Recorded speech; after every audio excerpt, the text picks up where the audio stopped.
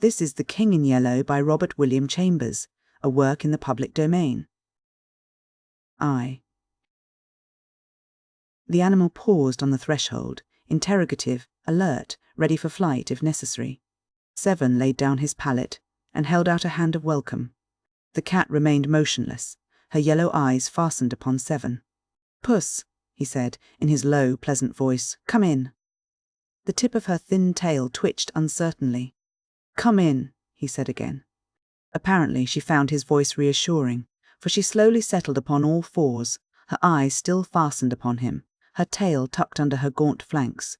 He rose from his easel smiling. She eyed him quietly, and when he walked toward her, she watched him bend above her without a wince. Her eyes followed his hand until it touched her head. Then she uttered a ragged mew. It had long been 7's custom to converse with animals, probably because he lived so much alone, and now he said, "What's the matter, Puss?" Her timid eyes sought his. "I understand," he said gently. "You shall have it at once." Then, moving quietly about, he busied himself with the duties of a host, rinsed a saucer, filled it with the rest of the milk from the bottle on the window-sill, and kneeling down, crumbled a roll into the hollow of his hand. The creature rose and crept toward the saucer. With the handle of a palette knife, he stirred the crumbs and milk together and stepped back as she thrust her nose into the mess. He watched her in silence. From time to time the saucer clinked upon the tiled floor as she reached for a morsel on the rim, and at last the bread was all gone, and her purple tongue travelled over every unlicked spot until the saucer shone like polished marble. Then she sat up, and coolly turning her back to him, began her ablutions. "Keep it up," said 7, much interested. "You need it." She flattened one ear, but neither turned nor interrupted her toilet. As the grime was slowly removed, 7 observed that nature had intended her for a white cat. Her fur had disappeared in patches, from disease or the chances of war. Her tail was bony and her spine sharp. But what charms she had were becoming apparent under vigorous licking, and he waited until she had finished before reopening the conversation. When at last she closed her eyes and folded her forepaws under her breast, he began again very gently. "Puss, tell me your troubles." At the sound of his voice, she broke into a harsh rumbling which he recognized as an attempt to purr. He bent over to rub her cheek, and she mewed again, an amiable, inquiring little mew, to which he replied, "Certainly, you are greatly improved, and when you recover your plumage you will be a gorgeous bird." Much flattered, she stood up and marched around and around his legs, pushing her head between them and making pleased remarks, to which he responded with grave politeness. "Now, what sent you here?" he said. "Here into the street of the 4 Winds, and up 5 flights to the very door where you would be welcome. What was it that prevented your meditated flight when I turned from my canvas to encounter your yellow eyes? Are you a Latin Quarter cat, as I am a Latin Quarter man? And why do you wear a rose-coloured flowered garter buckled about your neck?" The cat had climbed into his lap, and now sat purring as he passed his hand over her thin coat. "Excuse me," he continued in lazy, soothing tones, harmonizing with her purring, "if I seem indelicate, but I cannot help musing on this rose-coloured garter, flowered so quaintly and fastened with a silver clasp. For the clasp is silver, I can see the mint mark on the edge, as is prescribed by the law of the French Republic. Now, why is this garter woven of rose silk and delicately embroidered? Why is this silken garter with its silver clasp about your famished throat? Am I indiscreet when I inquire if its owner is your owner? Is she some aged dame living in memory of youthful vanities, fond, doting on you, decorating you with her intimate personal attire? The circumference of the garter would suggest this, for your neck is thin and the garter fits you. But then again I notice most things, that the garter is capable of being much enlarged. These small silver-rimmed eyelets, of which I count 5, are proof of that. And now I observe that the 5th eyelet is worn out, as though the tongue of the clasp were accustomed to lie there. That seems to argue a well-rounded form." The cat curled her toes in contentment. The street was very still outside. He murmured on, "Why should your mistress decorate you with an article most necessary to her at all times? Anyway, at most times. How did she come to slip this bit of silk and silver about your neck? Was it the caprice of a moment, when you, before you had lost your pristine plumpness, marched singing into her bedroom to bid her good morning? Of course, and she sat up among the pillows, her coiled hair tumbling to her shoulders, as you sprang upon the bed purring, 'Good day, my lady.'" "Oh, it is very easy to understand," he yawned, resting his head on the back of the chair. The cat still purred, tightening and relaxing her padded claws over his knee. "Shall I tell you all about her, cat? She is very beautiful, your mistress," he murmured drowsily, "and her hair is heavy as burnished gold. I could paint her, not on canvas, for I should need shades and tones and hues and dyes more splendid than the iris of a splendid rainbow. I could only paint her with closed eyes, for in dreams alone can such colours as I need be found. For her eyes, I must have azure from skies untroubled by a cloud, the skies of dreamland. For her lips, roses from the palaces of slumberland, and for her brow, snowdrifts from mountains which tower in fantastic pinnacles to the moons, oh, much higher than our moon here, the crystal moons of dreamland. She is very beautiful, your mistress." The words died on his lips, and his eyelids drooped. The cat, too, was asleep, her cheek turned up upon her wasted flank, her paws relaxed and limp.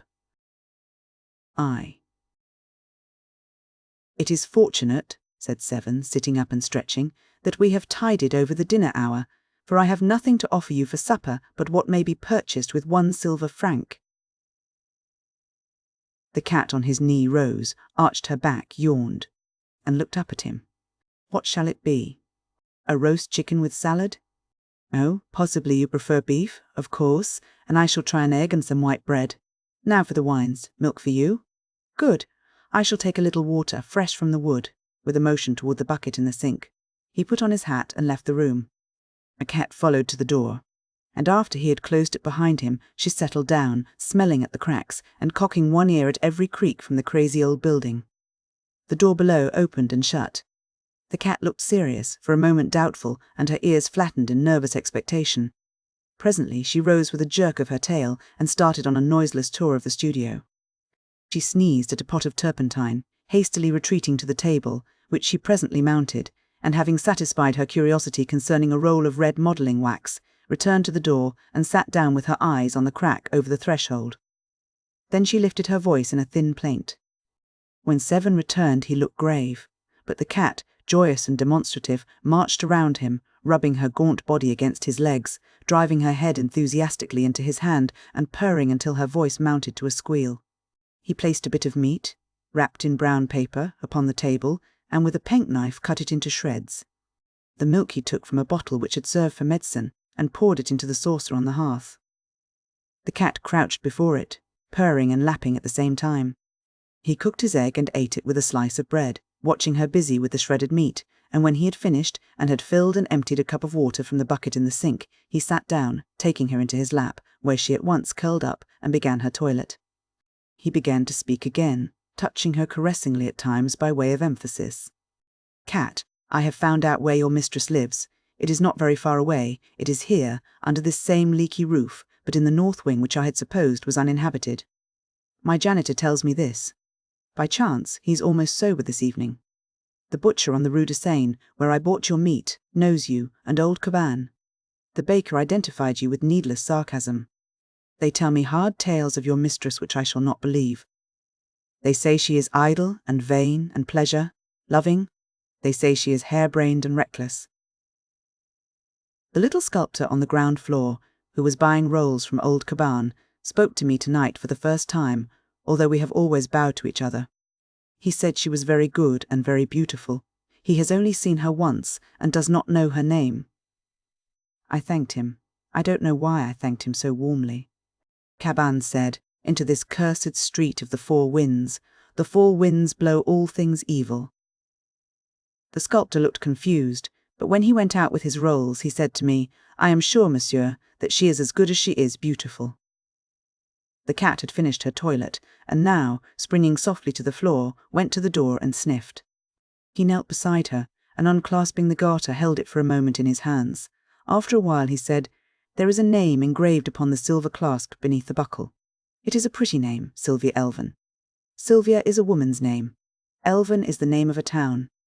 In Paris, in this quarter, above all, in this street of the four winds, names are worn and put away as the fashions change with the seasons. I know the little town of Elven, for there I met fate face to face, and fate was unkind. But do you know that in Elven fate had another name, and that name was Sylvia?"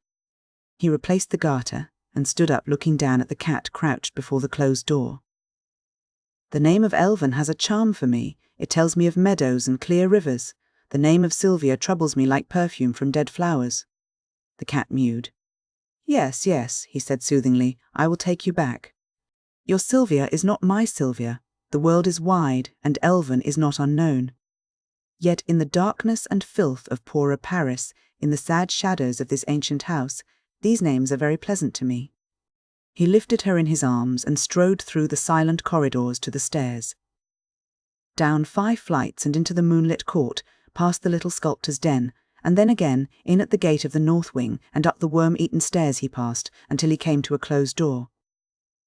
When he had stood knocking for a long time, something moved behind the door. It opened and he went in. The room was dark. As he crossed the threshold, the cat sprang from his arms into the shadows. He listened but heard nothing. The silence was oppressive, and he struck a match. At his elbow stood a table, and on the table a candle in a gilded candlestick. This he lighted, then looked around. The chamber was vast, the hangings heavy with embroidery. Over the fireplace towered a carved mantel, grey with the ashes of dead fires. In a recess by the deep-set windows stood a bed, from which the bedclothes, soft and fine as lace, trailed to the polished floor. He lifted the candle above his head. A handkerchief lay at his feet. It was faintly perfumed. He turned toward the windows. In front of them was a canopy, and over it were flung, pell-mell, a gown of silk, a heap of lace, light garments, white and delicate as spider's meshes, long crumpled gloves, and, on the floor beneath, the stockings, the little pointed shoes, and one garter of rosy silk, quaintly flowered and fitted with a silver clasp. Wondering, he stepped forward and drew the heavy curtains from the bed. For a moment the candle flared in his hand, then his eyes met 2 other eyes, wide open, smiling, and the candle flame flashed over hair heavy as gold. She was pale, but not as white as he. Her eyes were untroubled as a child's, but he stared, trembling from head to foot, while the candle flickered in his hand. At last he whispered, "Sylvia, it is I." Again he said, "It is I." Then, knowing that she was dead, he kissed her on the mouth. And through the long watches of the night, the cat purred on his knee, tightening and relaxing her padded claws, until the sky paled above the street of the 4 winds. "Teach H Street, OFTH8 first shell. Be of good cheer. The sullen month will die, and a young moon requite us by and by.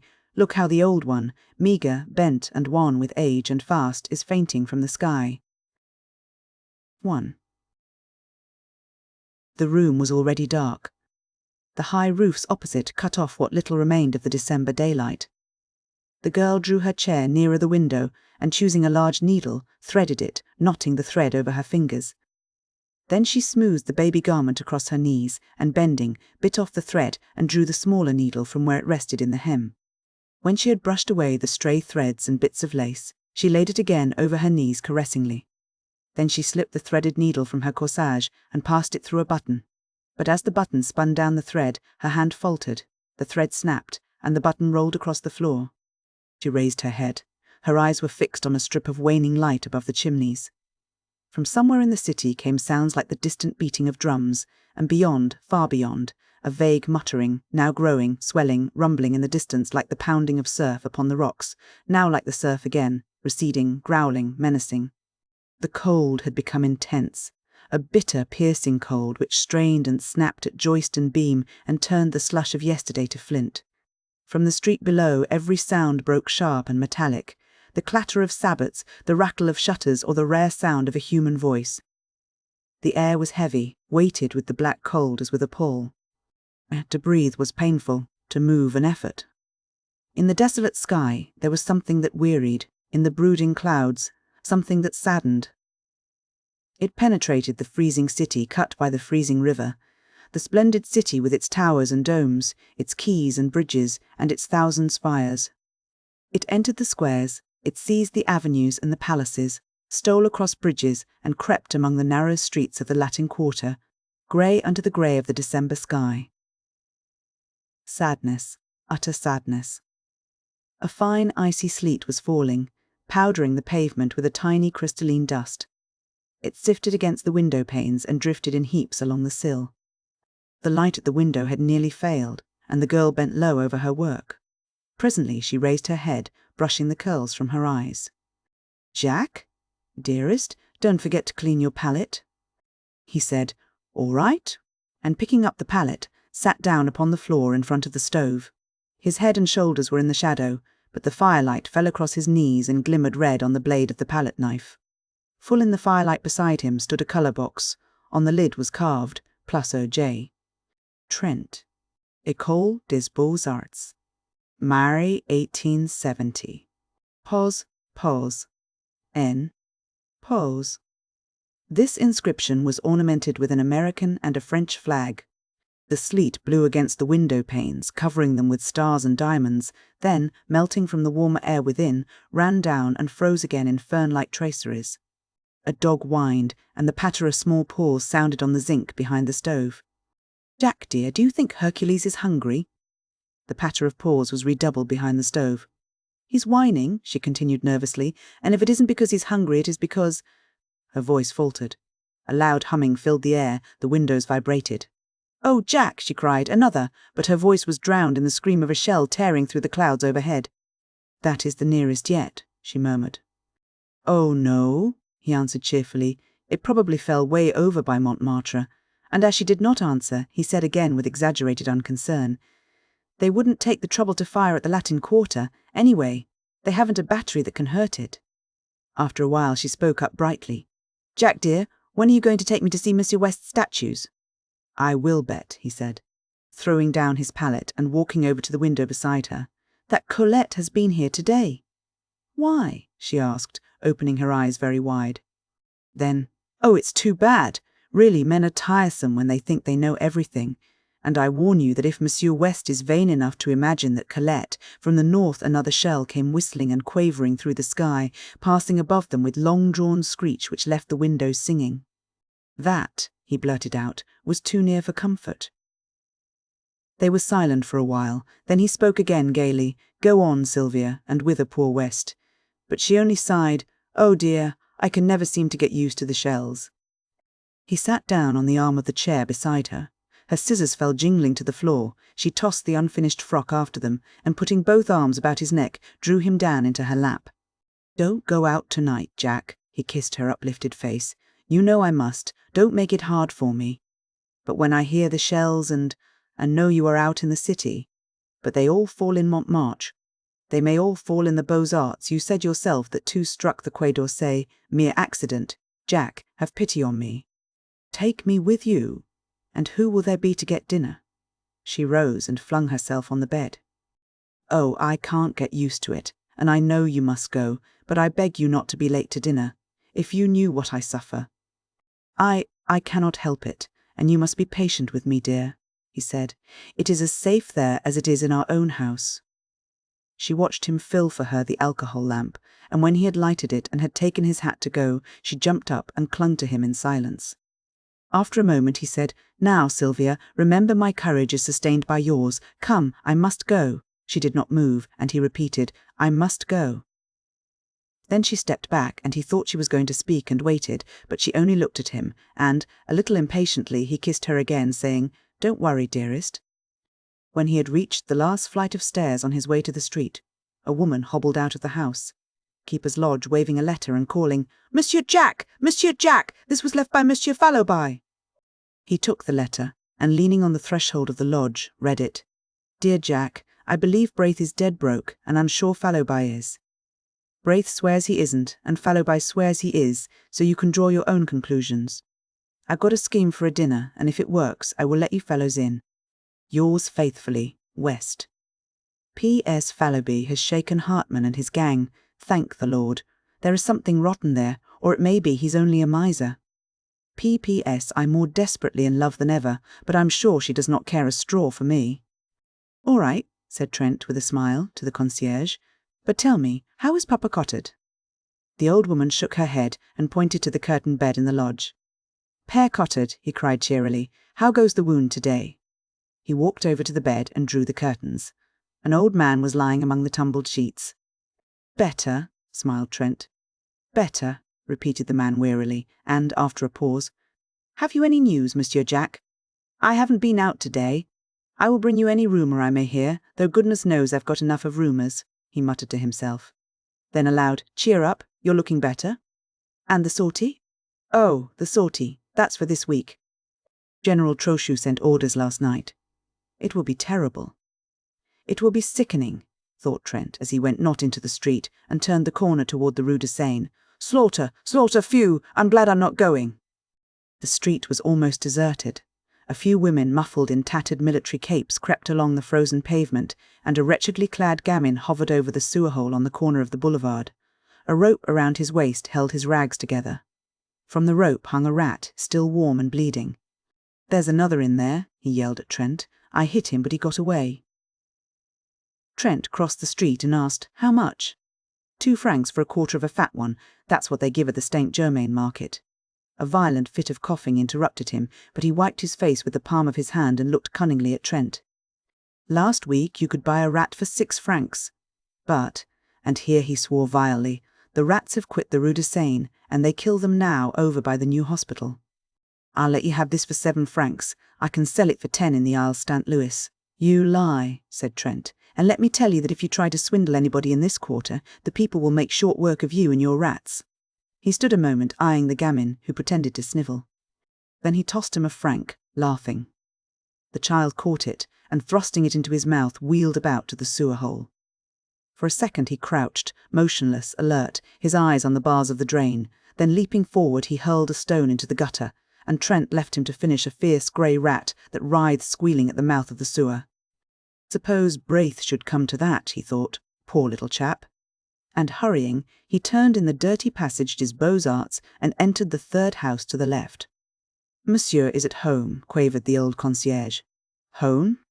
A garret absolutely bare, save for the iron bedstead in the corner and the iron basin and pitcher on the floor. Est appeared at the door, winking with much mystery, and motioned Trent to enter. Braith, who was painting in bed to keep warm, looked up, laughed, and shook hands. Any news? The perfunctory question was answered as usual by nothing but the cannon. Trent sat down on the bed. Where on earth did you get that? He demanded, pointing to a half-finished chicken nestling in a wash basin. West grinned. Are you millionaires, you two? Out with it. Braith, looking a little ashamed, began, Oh, it's one of West's exploits, but was cut short by West, who said he would tell the story himself. You see, before the siege, I had a letter of introduction to a type here, a fat banker, German-American variety. You know the species, I see. Well, of course I forgot to present the letter, but this morning, judging it to be a favourable opportunity, I called on him. The villain lives in comfort. Fires, my boy. Fires in the anterooms. The Buttons finally condescends to carry my letter and card up, leaving me standing in the hallway, which I did not like, so I entered the first room I saw and nearly fainted at the sight of a banquet on a table by the fire. Down comes Buttons, very insolent. No, oh no, his master is not at home, and in fact is too busy to receive letters of introduction just now, the siege, and many business difficulties. I deliver a kick to Buttons, pick up this chicken from the table, toss my card onto the empty plate, and addressing Buttons as a species of Prussian pig, march out with the honours of war. Trent shook his head. I forgot to say that Hartmann often dines there, and I draw my own conclusions, continued West. Now about this chicken, half of it is for Braith and myself, and half for Colette. But of course you will help me eat my part, because I'm not hungry. Neither am I, began Braith, but Trent, with a smile at the pinched faces before him, shook his head, saying, What nonsense. You know I'm never hungry. West hesitated, reddened, and then slicing off Braith's portion, but not eating any himself, said good night, and hurried away to number 470 Rue Serpente, where lived a pretty girl named Colette, orphan after Sedan, and heaven alone knew where she got the roses in her cheeks, for the siege came hard on the poor. That chicken will delight her, but I really believe she's in love with West, said Trent. Then, walking over to the bed, See here, old man, no dodging, you know, how much have you left? The other hesitated and flushed. Come, old chap, insisted Trent.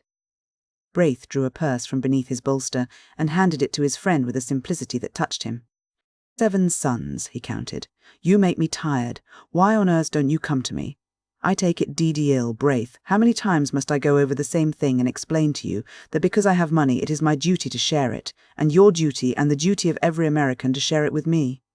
You can't get a cent. The city's blockaded, and the American minister has his hands full with all the German riff-raff and deuce knows what. Why don't you act sensibly?" "I will, Trent, but it's an obligation that perhaps I can never even in part repay. I'm poor and—" "Of course you'll pay me. If I were a usurer, I would take your talent for security. When you are rich and famous, don't, Trent, all right, only no more monkey business." He slipped a dozen gold pieces into the purse, and tucking it again under the mattress, smiled at Braith. "How old are you?" he demanded. 16. Trent laid his hand lightly on his friend's shoulder. "I'm 22, and I have the rights of a grandfather as far as you are concerned. You'll do as I say until you're 21. The siege will be over then, I hope," said Braith, trying to laugh. But the prayer in their hearts, "How long, O Lord, how long?" was answered by the swift scream of a shell soaring among the storm clouds of that December night. West, standing in the doorway of a house in the Rue Serpentine, was speaking angrily. He said he didn't care whether Hartman liked it or not. He was telling him, not arguing with him. "You call yourself an American," he sneered. "Berlin and hell are full of that kind of American. You come loafing about Colette with your pockets stuffed with white bread and beef, and a bottle of wine at 30 francs, and you can't really afford to give $1 to the American ambulance and public assistance, which Braith does, and he's half-starved." Hartman retreated to the curbstone, but West followed him, his face like a thundercloud. "Don't you dare to call yourself a countryman of mine," he growled. "No, nor an artist either. Artists don't worm themselves into the service of the public defense where they do nothing but feed like rats on the people's food. And I'll tell you now," he continued, dropping his voice, for Hartman had started as though stung, "you might better keep away from that Alsatian brasserie and the smug-faced thieves who haunt it. You know what they do with suspects." "You lie, you hound," screamed Hartman, and flung the bottle in his hand straight at West's face. West had him by the throat in a second, and forcing him against the dead wall, shook him wickedly. "Now you listen to me," he muttered through his clenched teeth. "You are already a suspect, and, I swear, I believe you are a paid spy. It isn't my business to detect such vermin, and I don't intend to denounce you, but understand this. Colette don't like you, and I can't stand you, and if I catch you in this street again, I'll make it somewhat unpleasant. Get out, you sleek Prussian." Hartman had managed to drag a knife from his pocket, but West tore it from him and hurled him into the gutter. A gamin who had seen this burst into a peal of laughter, which rattled harshly in the silent street. Then everywhere windows were raised, and rows of haggard faces appeared, demanding to know why people should laugh in the starving city. "Is it a victory?" murmured one. "Look at that," cried West as Hartman picked himself up from the pavement. "Look, you miser! Look at those faces!" But Hartman gave him a look which he never forgot, and walked away without a word. Trent, who suddenly appeared at the corner, glanced curiously at West, who merely nodded toward his door, saying, "Come in, Fallowby's upstairs." "What are you doing with that knife?" demanded Fallowby, as he and Trent entered the studio. West looked at his wounded hand, which still clutched the knife, but saying, "Cut myself by accident," tossed it into a corner and washed the blood from his fingers. Fallowby, fat and lazy, watched him without comment, but Trent, half divining how things had turned, walked over to Fallowby smiling. "I have a bone to pick with you," he said. "Where is it?" "I'm hungry," replied Fallowby with affected eagerness, but Trent, frowning, told him to listen. "How much did I advance you a week ago?" 380 francs, replied the other, with a squirm of contrition. "Where is it?" Fallowby began a series of intricate explanations, which were soon cut short by Trent. "I know. You blew it in. You always blow it in. I don't care a rap what you did before the siege. I know you are rich and have a right to dispose of your money as you wish to, and I also know that, generally speaking, it is none of my business. But now it is my business, as I have to supply the funds until you get some more, which you won't until the siege is ended one way or another. I wish to share what I have, but I won't see it thrown out of the window. Oh yes, of course I know you will reimburse me, but that isn't the question. And anyway, it's the opinion of your friends, old man, that you will not be worse off for a little abstinence from fleshly pleasures. You are positively a freak in this famine-cursed city of skeletons." "I am rather stout," he admitted. "Is it true you are out of money?" demanded Trent. "Yes, I am," sighed the other. "That roast-sucking pig on the Rue Saint-Honoré, is it there yet?" continued Trent. "What, at?" stammered the feeble one. "Ah, I thought so. I caught you in ecstasy before that sucking pig at least a dozen times." Then, laughing, he presented Fallowby with a roll of 20-franc pieces, saying, "If these go for luxuries, you must live on your own flesh," and went over to aid West, who sat beside the wash-basin binding up his hand. West suffered him to tie the knot, and then said, "You remember yesterday when I left you and Braith to take the chicken to Colette?" "Chicken?" "Good heavens!" moaned Fallowby. "Chicken," repeated West, enjoying Fallowby's grief. That is, I must explain that things are changed. Colette and I are to be married." "What? What about the chicken?" groaned Fallowby. "Shut up," laughed Trent, and slipping his arm through West's, walked to the stairway. "A poor little thing," said West. "Just think, not a splinter of firewood for a week, and wouldn't tell me because she thought I needed it for my clay figure. Whew! When I heard it, I smashed that smirking clay nymph to pieces, and the rest can freeze and be hanged." After a moment he added timidly, "Won't you call on your way down and say bonsoir?" "It's number 17. "Yes," said Trent, and he went out softly, closing the door behind. He stopped on the third landing, lighted a match, scanned the numbers over the row of dingy doors, and knocked at number 17. "C'est toi, Georges." The door opened. "Oh, pardon, Monsieur Jack, I thought it was Monsieur West," then blushing furiously. "Oh, I see you have heard." "Oh, thank you so much for your wishes, and I'm sure we love each other very much, and I'm dying to see Sylvia and tell her, and what?" laughed Trent. "I am very happy," she sighed. "He's pure gold," returned Trent, and then gaily, "I want you and George to come and dine with us tonight. It's a little treat, you see. Tomorrow is Sylvia's fête. She will be 19. I have written to Thorne, and the Gurnellecks will come with their cousin Odile. Fallowby has engaged not to bring anybody but himself." The girl accepted shyly, charging him with loads of loving messages to Sylvia, and he said good night. He started up the street, walking swiftly, for it was bitter cold, and cutting across the Rue de la Lune he entered the Rue de Seine. The early winter night had fallen, almost without warning, but the sky was clear and myriads of stars glittered in the heavens. The bombardment had become furious, a steady rolling thunder from the Prussian cannon, punctuated by the heavy shocks from Mont Valérien. The shells streamed across the sky, leaving trails like shooting stars, and now, as he turned to look back, rockets blue and red flared above the horizon from the fort of Issy, and the fortress of the north flamed like a bonfire. "Good news!" a man shouted over by the boulevard Saint-Germain, as if by magic the streets were filled with people, shivering, chattering people with shrunken eyes. "Jacques!" cried one. "The army of the Loire! Eh, mon vieux, it has come then at last! I told thee! Tomorrow, tonight, who knows? Is it true?" "Is it a sortie?" someone said. "Oh God, a sortie, and my son!" Another cried, "To the sign. They say one can see the signals of the army of the law from the Pont Neuf." There was a child standing near Trent who kept repeating, "Mama, Mama, then tomorrow we may eat white bread."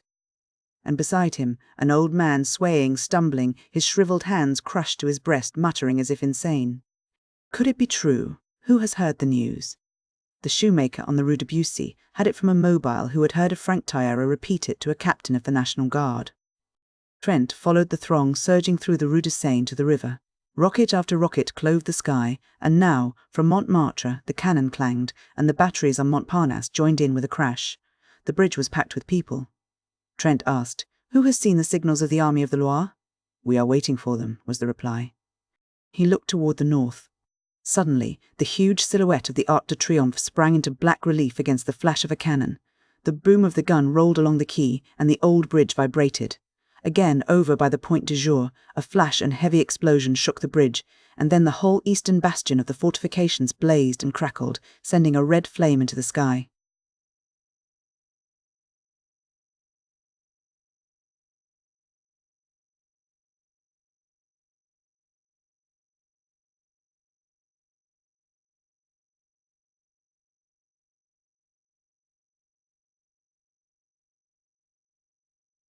"Has anyone seen the signals yet?" he asked again. "We are waiting," was the reply. "Yes, waiting," murmured a man behind him. "Waiting, sick, starved, freezing, but waiting." "Is it a sortie?" "They go gladly." "Is it to starve?" "They starve." "They have no time to think of surrender. Are they heroes, these Parisians? Answer me, Trent." The American ambulance surgeon turned about and scanned the parapets of the bridge. "Any news, doctor?" asked Trent mechanically. "News?" said the doctor. "I don't know any. I haven't time to know any. What are these people after?" "They say that the army of the law has signalled Mont Valérien." Poor devils. The doctor glanced about him for an instant, and then, I'm so harried and worried that I don't know what to do.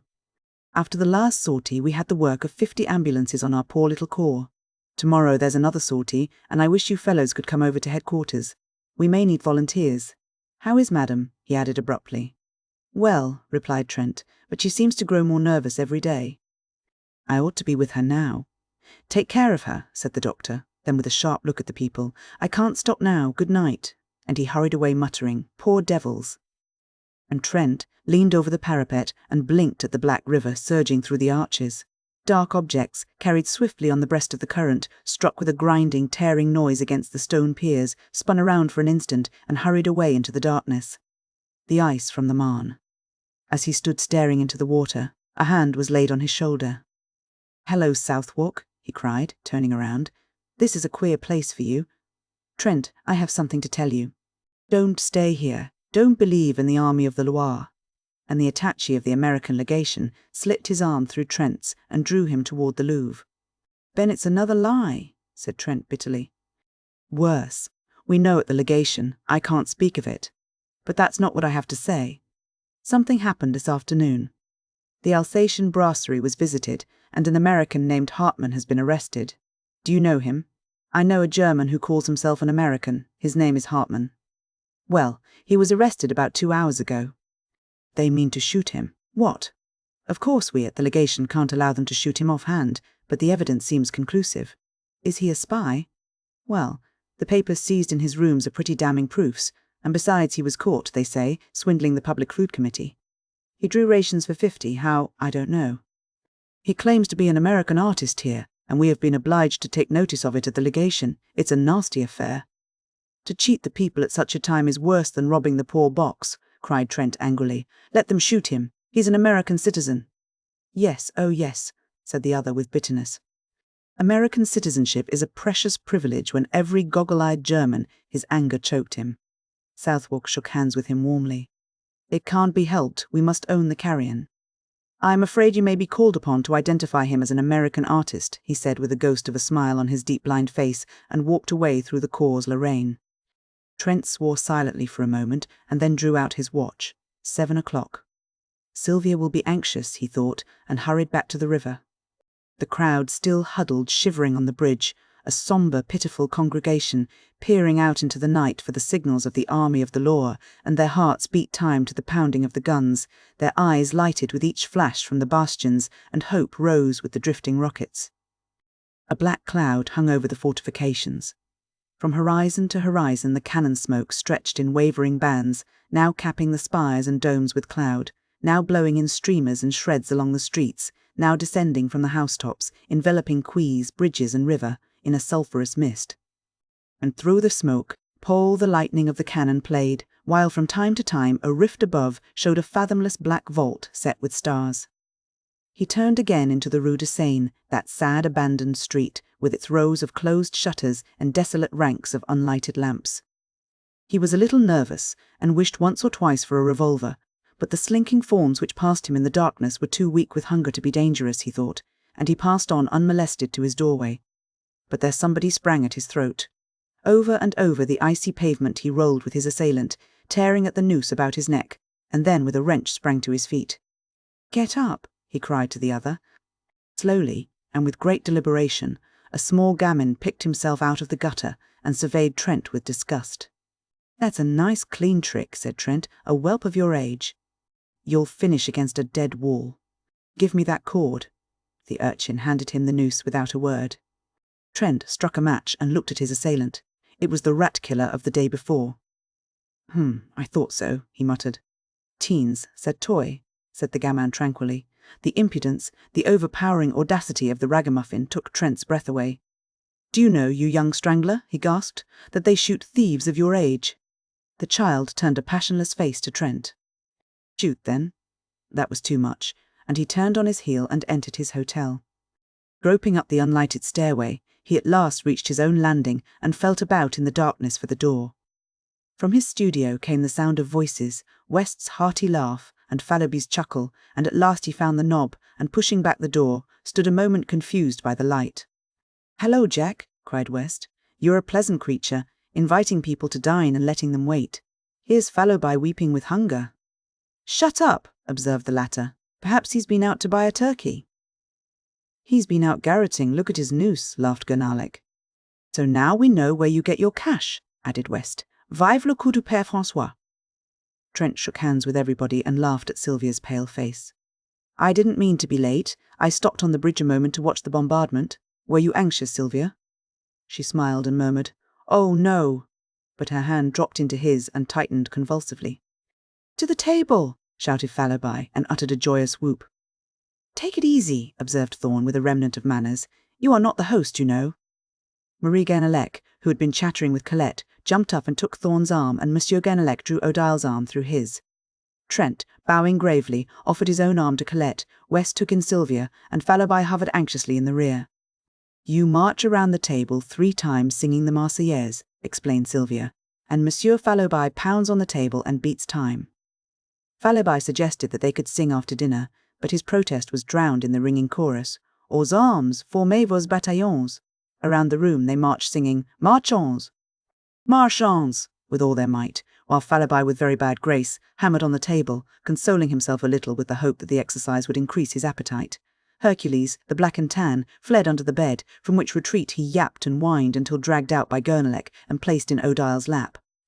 And now, said Trent gravely, when everybody was seated, listen. And he read the menu. Beef soup à la Siège de Paris. Fish, sardines à la Père Lachaise. White wine, roti, red wine, fresh beef à la sortie. Vegetables, canned beans à la chasse-pot, canned peas à la chasse-pot, canned peas grevelotte, potatoes hollandaises, miscellaneous. Cold corned beef à la Thiès, stewed prunes à la Garibaldi. Dessert, dried prunes, white bread, currant jelly, tea, café, liqueurs, pipes and cigarettes.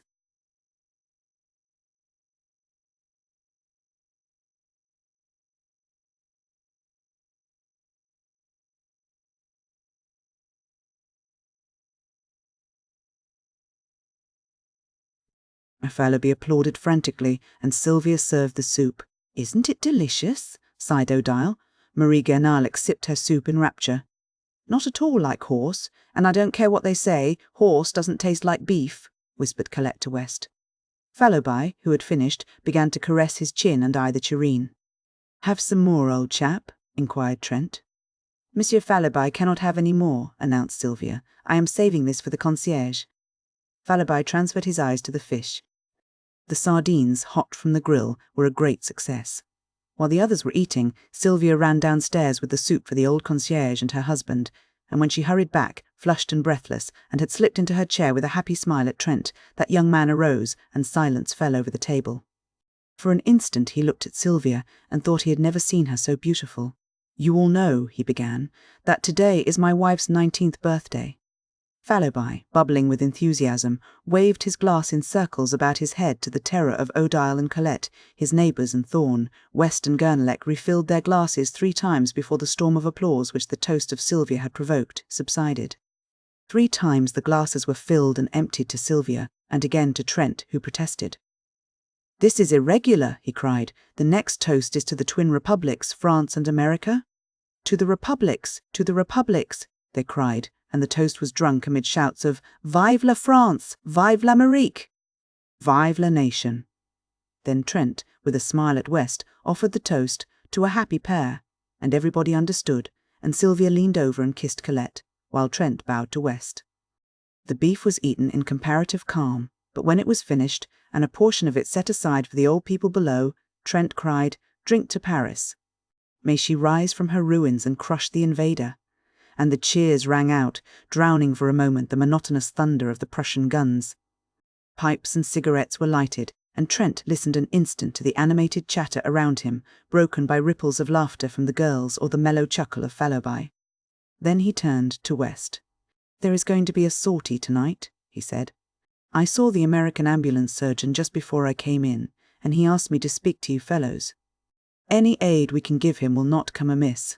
Then dropping his voice and speaking in English, As for me, I shall go out with the ambulance tomorrow morning. There is of course no danger, but it's just as well to keep it from Sylvia. West nodded. Thorne and Guernalec, who had heard, broke in and offered assistance, and Fallowby volunteered with a groan. All right, said Trent rapidly. "No more now, but meet me at ambulance headquarters tomorrow morning at 8. Sylvia and Colette, who were becoming uneasy at the conversation in English, now demanded to know what they were talking about. "What does a sculptor usually talk about?" cried West with a laugh. O'Dial glanced reproachfully at Thorne, her fiancé. "You are not French, you know." "And it is none of your business, this war," said O'Dial with much dignity. Thorne looked meek, but West assumed an air of outraged virtue. "It seems," he said to Fallowby, "that a fellow cannot discuss the beauties of Greek sculpture in his mother tongue without being openly suspected." Colette placed her hand over his mouth and turning to Sylvia murmured, "They are horridly untruthful, these men." "I believe the word for ambulance is the same in both languages," said Marie-Ganelec saucily. "Sylvia, don't trust Monsieur Trent." "Jack," whispered Sylvia, "promise me." A knock at the studio door interrupted her. "Come in," cried Fallowby, but Trent sprang up and, opening the door, looked out. Then, with a hasty excuse to the rest, he stepped into the hallway and closed the door. When he returned, he was grumbling. "What is it, Jack?" cried West. "What is it?" repeated Trent savagely. "I'll tell you what it is. I have received a dispatch from the American minister to go at once and identify and claim, as a fellow countryman and a brother artist, a rascally thief and a German spy." "Don't go," suggested Fallowby. "If I don't, they'll shoot him at once." "Let them," growled Thorne. "Do you fellows know who it is?" "Hartman," shouted West, inspired. Sylvia sprang up deathly white, but O'Dial slipped her arm around her and supported her to a chair, saying calmly, "Sylvia has fainted. It's the hot room. Bring some water." Trent brought it at once. Sylvia opened her eyes, and after a moment rose, and supported by Marie-Ganelec and Trent, passed into the bedroom. It was the signal for breaking up, and everybody came and shook hands with Trent, saying they hoped Sylvia would sleep it off, and that it would be nothing. When Marie-Ganelec took leave of him, she avoided his eyes, but he spoke to her cordially and thanked her for her aid. "Anything I can do, Jack?" inquired West, lingering, and then hurried downstairs to catch up with the rest. Trent leaned over the banisters, listening to their footsteps and chatter, and then the lower door banged, and the house was silent. He lingered, staring down into the blackness, biting his lips, then with an impatient movement, "I am crazy," he muttered, and lighting a candle, went into the bedroom. Sylvia was lying on the bed. He bent over her, smoothing the curly hair on her forehead. "Are you better, dear Sylvia?" She did not answer, but raised her eyes to his. For an instant he met her gaze, but what he read there sent a chill to his heart, and he sat down, covering his face with his hands. At last she spoke in a voice, changed and strained, a voice which he had never heard, and he dropped his hands and listened, bolt upright in his chair. "Jack, it has come at last. I have feared it and trembled. Ah, how often have I lain awake at night with this on my heart, and prayed that I might die before you should ever know of it. For I love you, Jack, and if you go away I cannot live. I have deceived you. It happened before I knew you. But since that first day when you found me weeping in the Luxembourg and spoke to me, Jack, I have been faithful to you in every thought and deed. I loved you from the first, and did not dare to tell you this, fearing that you would go away, and since then my love has grown, and oh, I suffered, but I dared not tell you. And now you know, but you do not know the worst. For him, now, what do I care? He was cruel, oh, so cruel." She hid her face in her arms. "Must I go on? Must I tell you? Can you not imagine? Oh, Jack." He did not stir, his eyes seemed dead. I was so young, I knew nothing, and he said that he loved me." Trent rose and struck the candle with his clenched fist, and the room was dark. The bells of St. Sulpice tolled the hour, and she started up, speaking with feverish haste. "I must finish. When you told me you loved me, you asked me nothing, but then, even then, it was too late, and that other life which binds me to him must stand forever between you and me. For there is another whom he has claimed, and is good to. He must not die. They cannot shoot him, for that other's sake." Trent sat motionless, but his thoughts ran on in an interminable whirl. Sylvia, little Sylvia, who shared with him his student life, who bore with him the dreary desolation of the siege without complaint, this slender blue-eyed girl whom he was so quietly fond of, whom he teased or caressed as the whim suited, who sometimes made him the least bit impatient with her passionate devotion to him. Could this be the same Sylvia who lay weeping there in the darkness? Then he clinched his teeth. Let him die! Let him die! But then, for Sylvia's sake, and for that other's sake, yes, he would go, he must go, his duty was plain before him. But Sylvia, he could not be what he had been to her, and yet a vague terror seized him. Now all was said. Trembling, he struck a light. She lay there, her curly hair tumbled about her face, her small white hands pressed to her breast. He could not leave her, and he could not stay. He never knew before that he loved her. She had been a mere comrade, this girl-wife of his. Ah! He loved her now with all his heart and soul, and he knew it only when it was too late. Too late? Why? Then he thought of that other one, binding her, linking her forever to the creature who stood in danger of his life. With an oath he sprang to the door, but the door would not open, or was it that he pressed it back, locked it, and flung himself on his knees beside the bed, knowing that he dared not for his life's sake leave what was his all in life? It was 4 a.m. when he came out of the prison of the condemned with the secretary of the American legation. A knot of people had gathered around the American minister's carriage, which stood in front of the prison, the horses stamping and pouring in the icy street, the coachman huddled on the box, wrapped in furs. Southwark helped the secretary into the carriage and shook hands with Trent, thanking him for coming. "How the scoundrel did stare," he said. "Your evidence was worse than a kick, but it saved his skin for the moment at least, and prevented complications." The secretary sighed.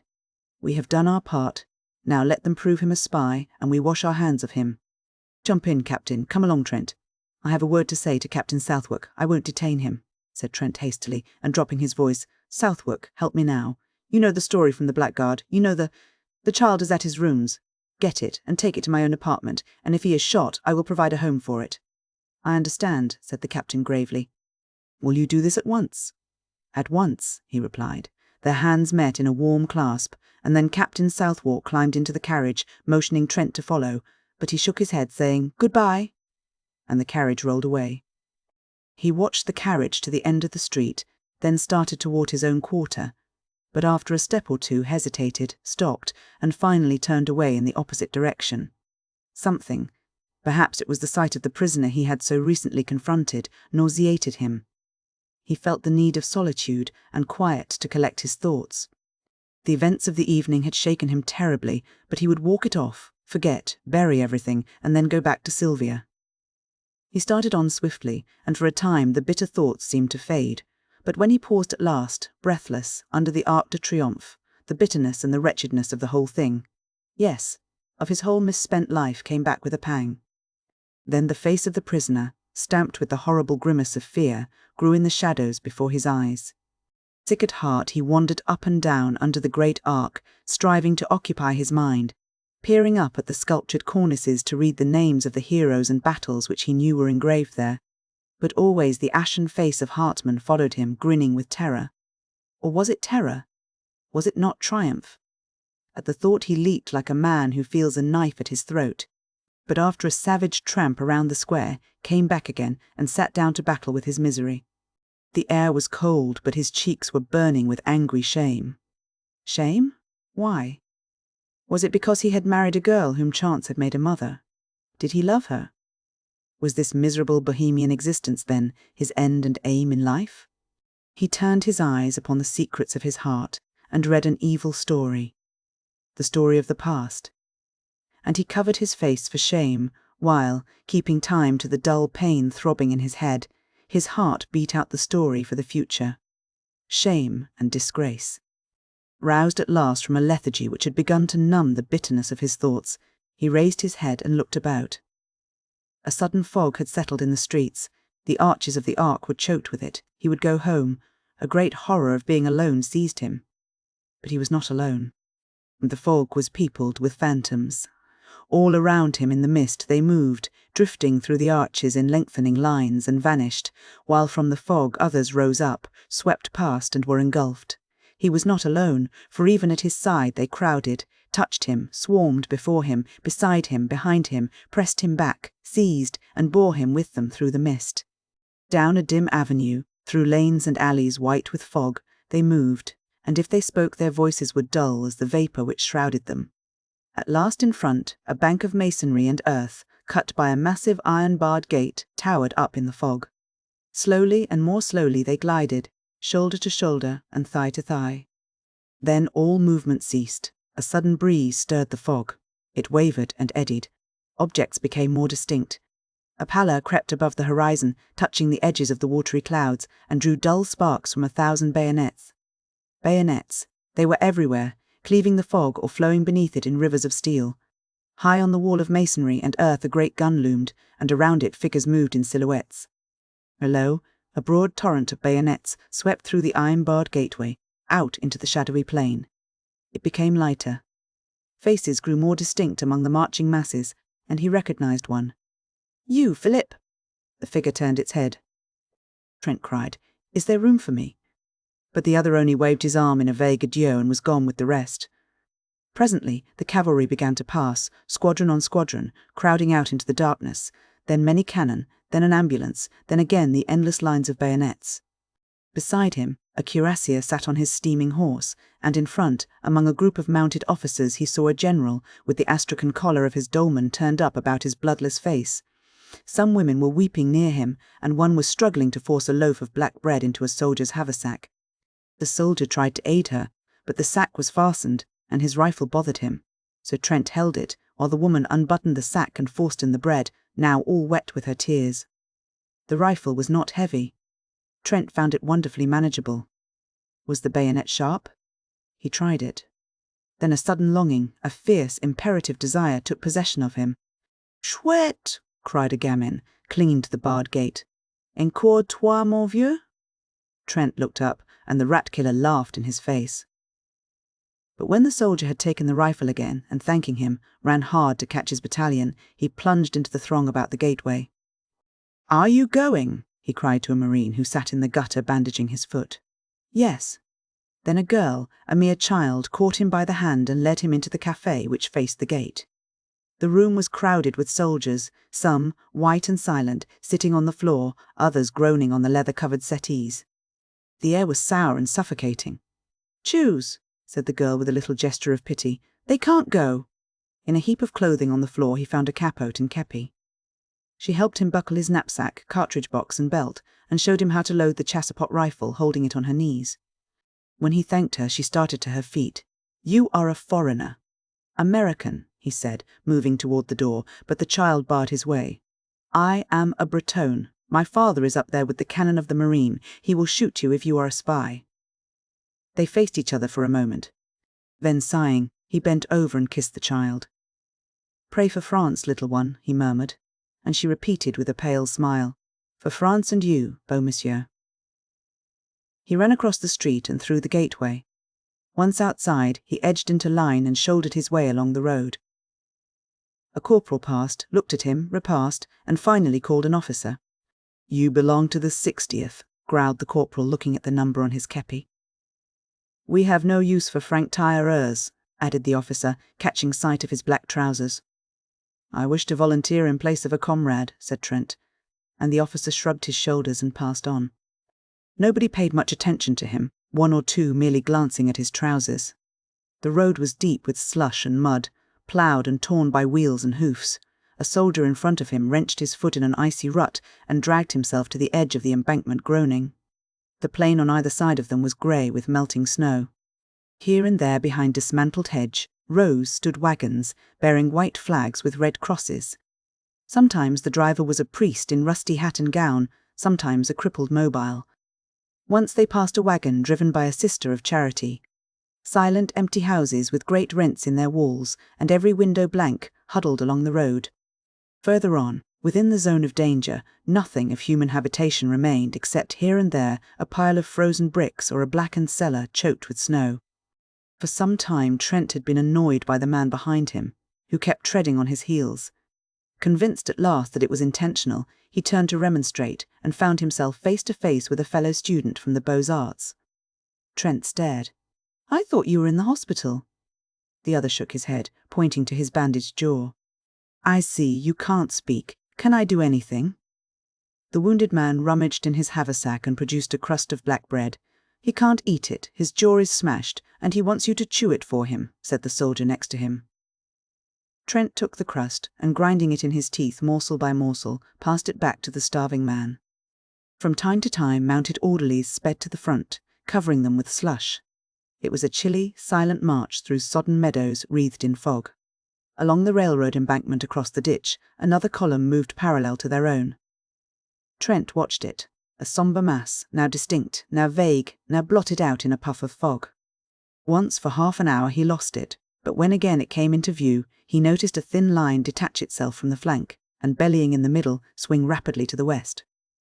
At the same moment a prolonged crackling broke out in the fog in front.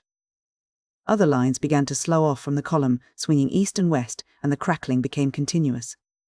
A battery passed at full gallop, and he drew back with his comrades to give it way. It went into action a little to the right of his battalion, and as the shot from the first rifled piece boomed through the mist, the cannon from the fortifications opened with a mighty roar. An officer galloped by, shouting something which Trent did not catch, but he saw the ranks in front suddenly part company with his own and disappear in the twilight. More officers rode up and stood beside him, peering into the fog. Away in front the crackling had become one prolonged crash. It was dreary waiting. Trent chewed some bread for the man behind, who tried to swallow it, and after a while shook his head, motioning Trent to eat the rest himself. A corporal offered him a little brandy, and he drank it, but when he turned around to return the flask, the corporal was lying on the ground. Alarmed, he looked at the soldier next to him, who shrugged his shoulders and opened his mouth to speak. But something struck him, and he rolled over and over into the ditch below. At that moment, the horse of one of the officers gave a bound and backed into the battalion, lashing out with his heels. One man was ridden down, another was kicked in the chest and hurled through the ranks. The officer sank his spurs into the horse and forced him to the front again, where he stood trembling. The cannonades seemed to draw nearer. A staff officer, riding slowly up and down the battalion, suddenly collapsed in his saddle and clung to his horse's mane. One of his boots dangled, crimsoned and dripping, from the stirrup. Then out of the mist in front men came running. The roads, the fields, the ditches were full of them, and many of them fell. For an instant he imagined he saw horsemen riding about like ghosts in the vapours beyond, and a man behind him cursed horribly, declaring he too had seen them, and that they were Uhlans. But the battalion stood inactive, and the mist fell again over the meadows. The colonel sat heavily upon his horse, his bullet-shaped head buried in the astrakhan collar of his dolman, his fat legs sticking straight out in the stirrups. The buglers clustered about him with bugles poised, and behind him a staff officer in a pale blue jacket smoked a cigarette and chatted with a captain of hussars. From the road in front came the sound of furious galloping, and an orderly reined up beside the colonel, who motioned him to the rear without turning his head. Then on the left a confused murmur arose which ended in a shout. A hussar passed like the wind, followed by another, and then squadron after squadron whirled by them into the sheeted mists. At that instant the colonel reared in his saddle, the bugles clanged, and the whole battalion scrambled down the embankment, over the ditch and started across the soggy meadow. Almost at once Trent lost his cap. Something snatched it from his head. He thought it was a tree branch. A good many of his comrades rolled over in the slush and ice, and he imagined that they had slipped. One pitched right across his path, and he stopped to help him up.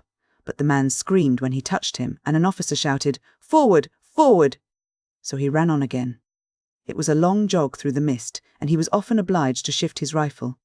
When at last they lay panting behind the railroad embankment, he looked about him.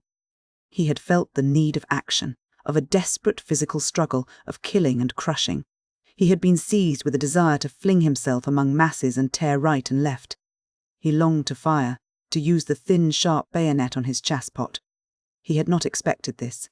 He wished to become exhausted, to struggle and cut until incapable of lifting his arm. Then he had intended to go home. He heard a man say that half the battalion had gone down in the charge, and he saw another examining a corpse under the embankment. The body, still warm, was clothed in a strange uniform, but even when he noticed the spiked helmet lying a few inches further away, he did not realize what had happened. The colonel sat on his horse a few feet to the left, his eyes sparkling under the crimson kepi.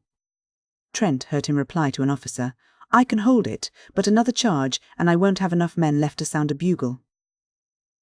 "Were the Prussians here?" Trent asked of a soldier who sat wiping the blood trickling from his hair.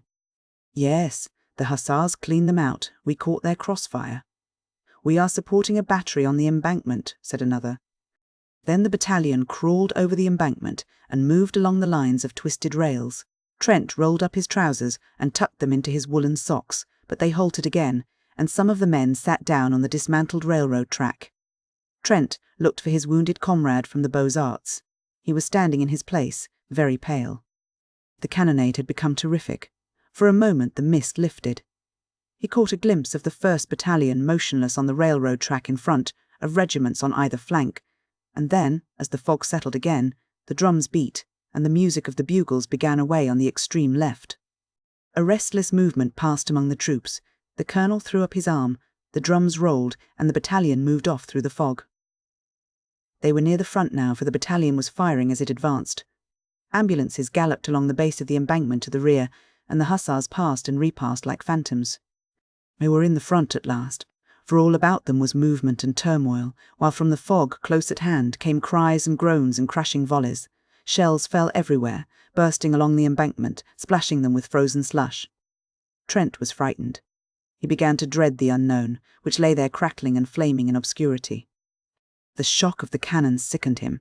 He could even see the fog light up with a dull orange as the thunder shook the earth. It was near, he felt certain, for the colonel shouted, "Forward!"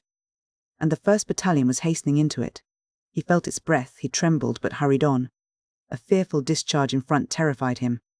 Somewhere in the fog men were cheering, and the colonel's horse, streaming with blood, plunged about in the smoke.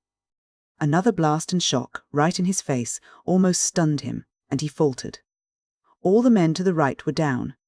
His head swam. The fog and smoke stupefied him. He put out his hand for a support and caught something. It was the wheel of a gun carriage, and a man sprang from behind it, aiming a blow at his head with a rammer, but stumbled back shrieking with a bayonet through his neck, and Trent knew that he had killed. Mechanically he stooped to pick up his rifle, but the bayonet was still in the man, who lay, beating with red hands against the sod. It sickened him, and he leaned on the cannon. Men were fighting all around him now, and the air was foul with smoke and sweat. Somebody seized him from behind and another in front, but others in turn seized them or struck them solid blows. The click, click, click of bayonets infuriated him, and he grasped the rammer and struck out blindly until it was shivered to pieces. A man threw his arm around his neck and bore him to the ground, but he throttled him and raised himself on his knees. He saw a comrade seize the cannon and fall across it with his skull crushed in. He saw the colonel tumble clean out of his saddle into the mud, then consciousness fled. When he came to himself, he was lying on the embankment among the twisted rails. On every side, huddled men who cried out and cursed and fled away into the fog, and he staggered to his feet and followed them. Once he stopped to help a comrade with a bandaged jaw, who could not speak but clung to his arm for a time and then fell dead in the freezing mire, and again he aided another, who groaned, "Trent, c'est moi, Philippe," until a sudden volley in the midst relieved him of his charge. An icy wind swept down from the heights, cutting the fog into shreds. For an instant, with an evil leer, the sun peered through the naked woods of Vincennes, sank like a blood clot in the battery smoke, lower, lower, into the blood-soaked plain. Ive Day. When midnight sounded from the belfry of Saint-Sulpice, the gates of Paris were still choked with fragments of what had once been an army. They entered with the night, a sullen horde, spattered with slime, faint with hunger and exhaustion. There was little disorder at first, and the throng at the gates parted silently as the troops tramped along the freezing streets. Confusion came as the hours passed.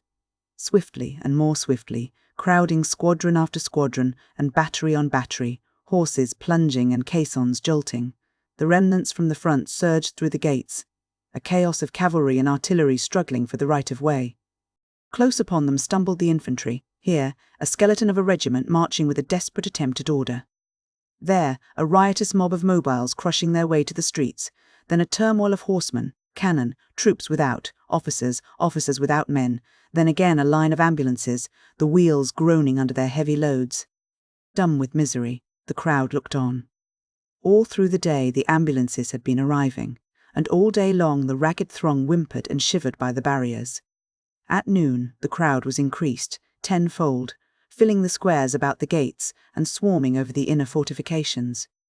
At 4 o'clock in the afternoon, the German batteries suddenly wreathed themselves in smoke, and the shells fell fast on Montparnasse. At 20 minutes after 4, 2 projectiles struck a house in the Rue de Bac, and a moment later the first shell fell in the Latin Quarter. Braith was painting in bed when West came in very much scared. "I wish you would come down. Our house has been knocked into a cocked hat, and I'm afraid that some of the pillagers may take it into their heads to pay us a visit tonight." Braith jumped out of bed and bundled himself into a garment which had once been an overcoat. "Anybody hurt?" he inquired, struggling with the sleeve full of dilapidated lining. "No. Colette is barricaded in the cellar, and the concierge ran away to the fortifications. There will be a rough gang there if the bombardment keeps up." "You might help us." "Of course," said Braith. But it was not until they had reached the Rue Serpente and had turned in the passage which led to West's cellar that the latter cried, "Have you seen Jack Trent today?" "No," replied Braith, looking troubled. "He was not at ambulance headquarters. He stayed to take care of Sylvia, I suppose." A bomb came crashing through the roof of a house at the end of the alley and burst in the basement, showering the street with slate and plaster. A second struck a chimney and plunged into the garden, followed by an avalanche of bricks, and another exploded with a deafening report in the next street. They hurried along the passage to the steps which led to the cellar. Here again Braith stopped. "Don't you think I had better run up to see if Jack and Sylvia are well entrenched?" "I can get back before dark." "No. Go in and find Colette, and I'll go."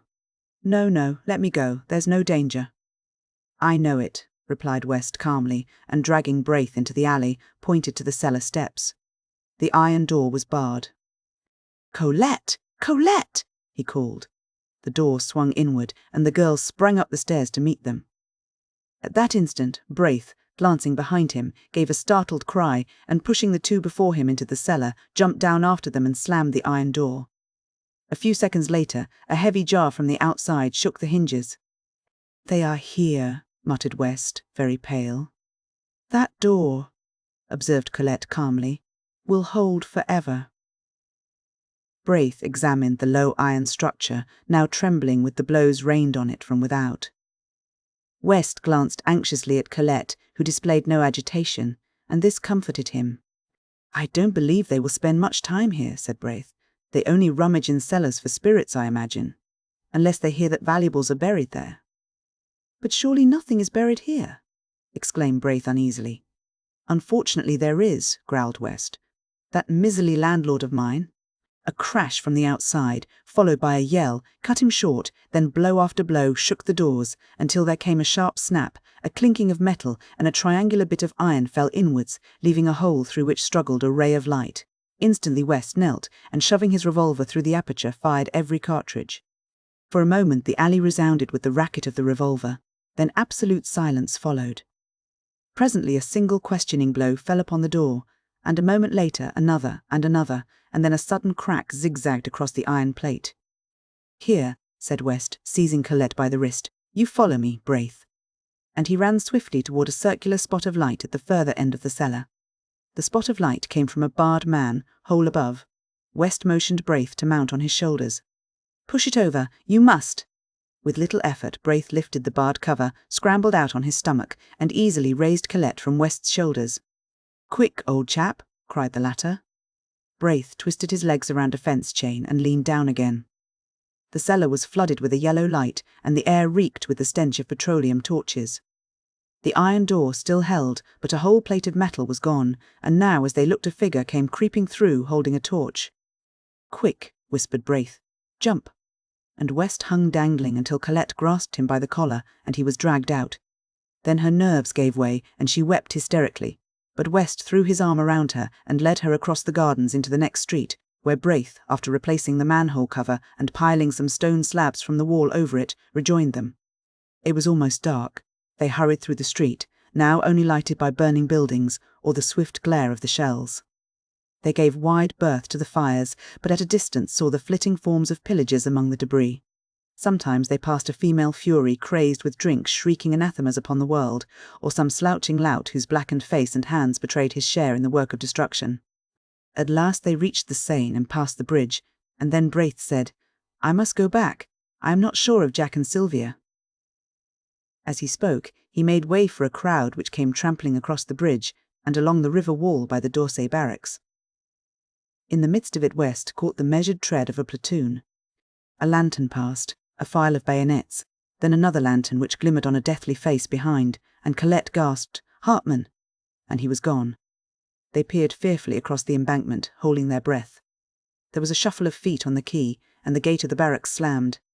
A lantern shone for a moment at the postern, The crowd pressed to the grill, then came the clang of the volley from the stone parade.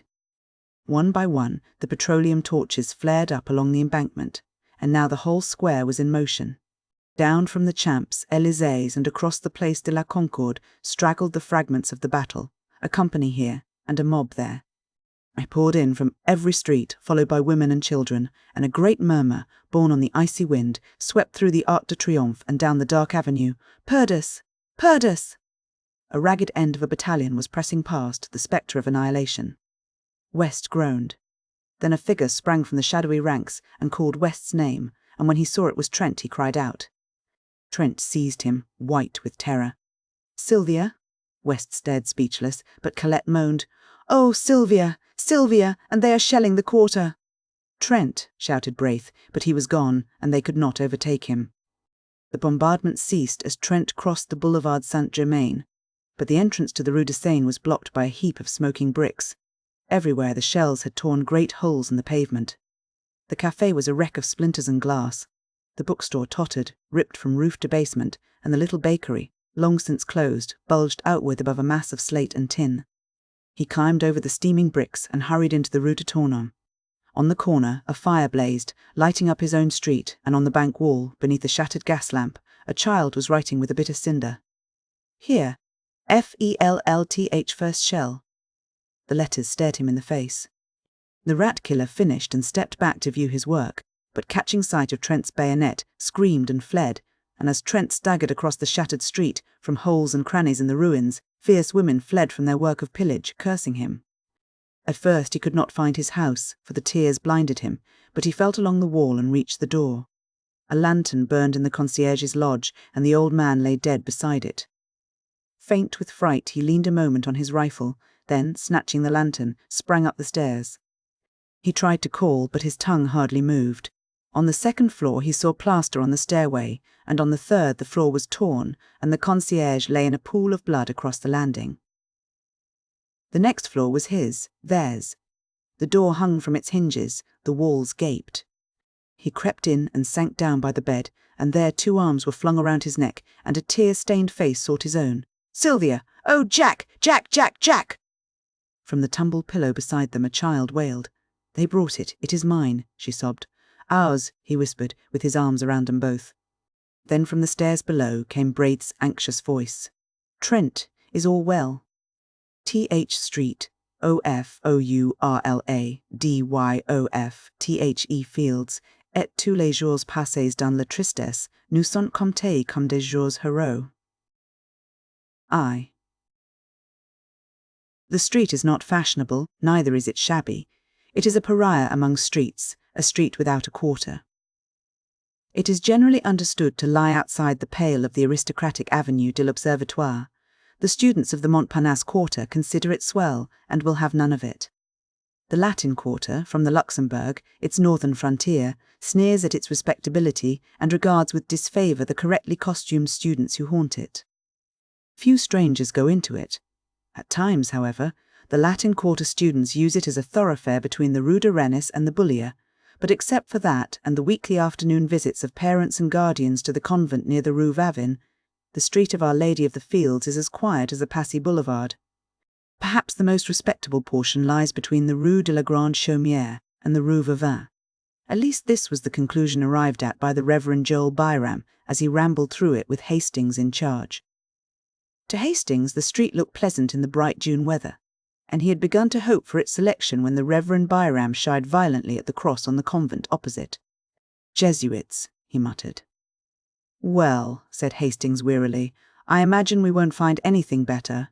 You say yourself that vice is triumphant in Paris, and it seems to me that in every street we find Jesuits or something worse." After a moment he repeated, "Or something worse, which of course I would not notice except for your kindness in warning me." Dr. Byram sucked in his lips and looked about him. He was impressed by the evident respectability of the surroundings. Then, frowning at the convent, he took Hastings' arm and shuffled across the street to an iron gateway which bore the number 201 bespainted in white on a blue ground. Below this was a notice printed in English. 1. For porter please press once. 2. For servant please press twice. 3. For parlour please press thrice.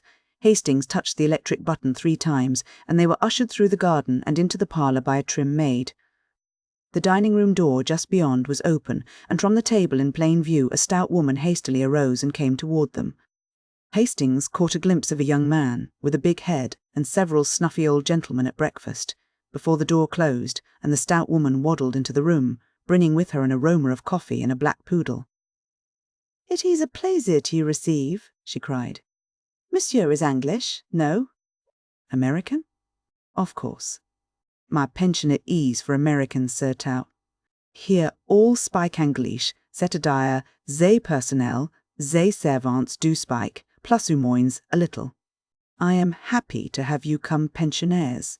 "Madame," began Dr. Byram, but was cut short again. "Ah, yes, I know, mon Dieu, you do not spike French, but you have come to learn. My husband does spike French, wisses a pensionnaires. We have at the moment a family Americain who learn of my husband French." Here the poodle growled at Dr. Byram and was promptly cuffed by his mistress. "Ver tu," she cried with a slap. "Ver tu." "Oh, le villain, oh, le villain.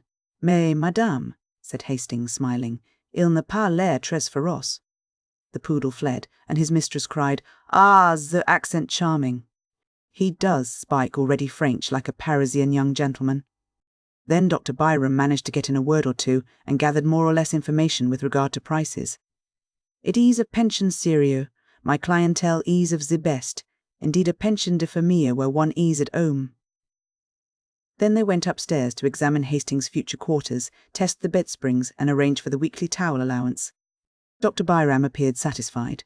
Madame Marotte accompanied them to the door and rang for the maid, but as Hastings stepped out into the gravel walk, his guide and mentor paused a moment and fixed Madame with his watery eyes.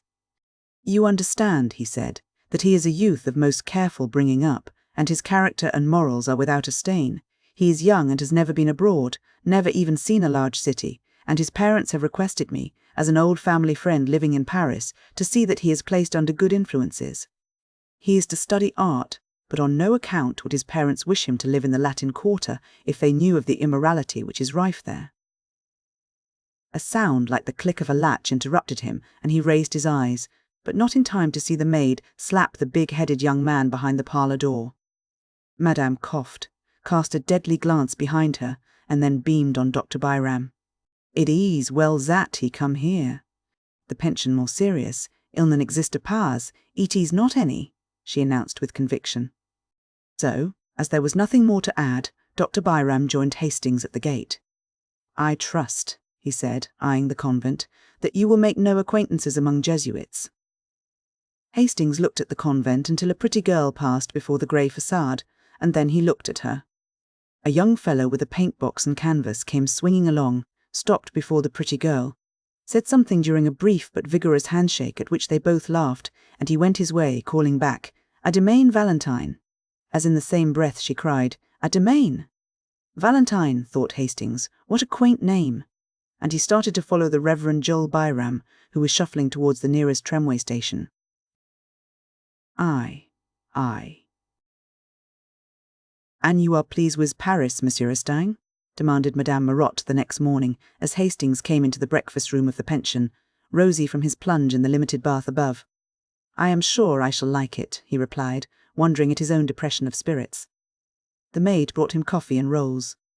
He returned the vacant glance of the big-headed young man and acknowledged diffidently the salutes of the snuffy old gentleman. He did not try to finish his coffee, and sat crumbling a roll, unconscious of the sympathetic glances of Madame Marotte, who had tact enough not to bother him. Presently a maid entered with a tray on which were balanced 2 bowls of chocolate, and the snuffy old gentleman leered at her ankles. The maid deposited the chocolate at a table near the window and smiled at Hastings. Then a thin young lady, followed by her counterpart in all except years, marched into the room and took the table near the window.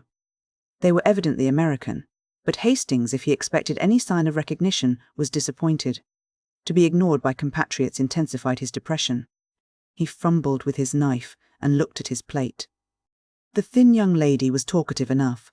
She was quite aware of Hastings' presence, ready to be flattered if he looked at her, but on the other hand she felt her superiority, for she had been 3 weeks in Paris, and he, it was easy to see, had not yet unpacked his steamer trunk. Her conversation was complacent. She argued with her mother upon the relative merits of the Louvre and the Bon Marché, but her mother's part of the discussion was mostly confined to the observation, "Why Susie?" The snuffy old gentleman had left the room in a body, outwardly polite and inwardly raging. They could not endure the Americans who filled the room with their chatter. The big-headed young man looked after them with a knowing cough, murmuring, "Gay old birds?" "They look like bad old men, Mr. Bladen," said the girl.